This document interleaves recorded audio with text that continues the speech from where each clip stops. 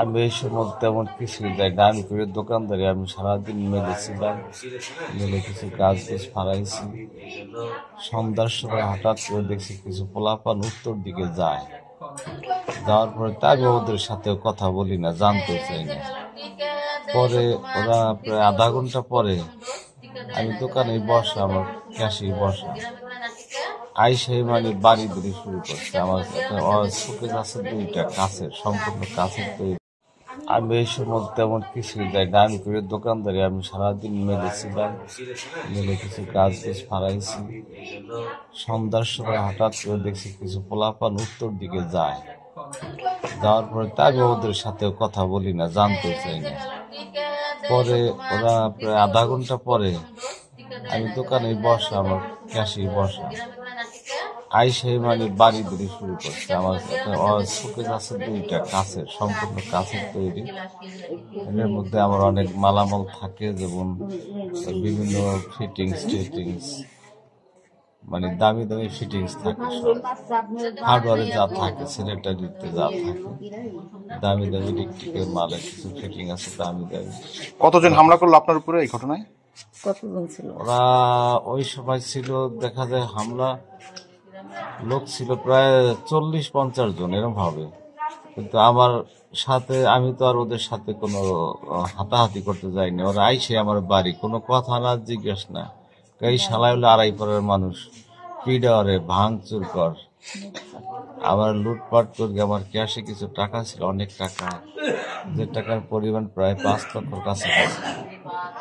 আমি হলো বাড়িতে কনস্ট্রাকশনে কাজ করতেছি, রডালা টাকা নিবে আজকে, সিমেন্ট আলা, রড আলা, ইট আলা, মিস্ত্রি, বিভিন্ন প্রকারের মিস্ত্রি, মালামাল কিনবো আরো, সেই টাকা ছিল। আর ক্যাশের থেকে আমার বাড়িতে ফালাই দিয়া এই কোপ দিল নাকি বাড়ি দিল, আমি খেয়াল করতে পারলাম না।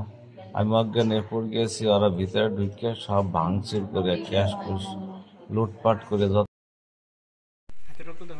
তো এখন আপনি, আপনার উপর যে হামলা হইলো, আপনি তো নির্দোষ, আপনি এখন কি দাবি করেন এই বিষয়ে?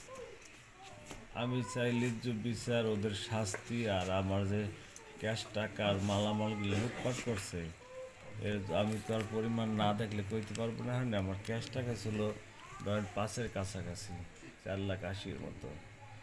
আর ওই যে এমনি মালামাল, হ্যাঁ আমি তো একদিনে পড়েছিলাম, মালামাল আমি দেখলে বলতে পারবো যে আমার এত টাকার মতো হয়েছে।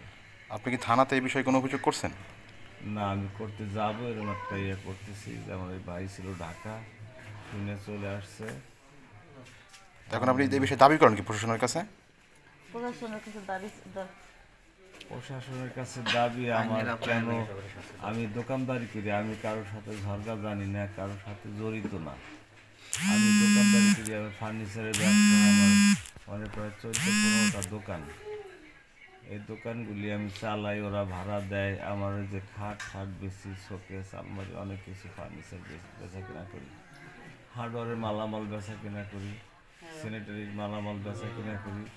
আমার কী কী লুটপাট করে ওরা নিয়ে গেছে আমি আর করতে পারি না। পরে আমি এখানে আইনি আমার সহায়তা হয়েছে, আমার ট্রিটমেন্ট করার পরে আমি যাইতে পারতাম। তারপর আমার ধারণা যে প্রায় 12-14 লক্ষ টাকার মাল ওরা নিয়েই গেছে।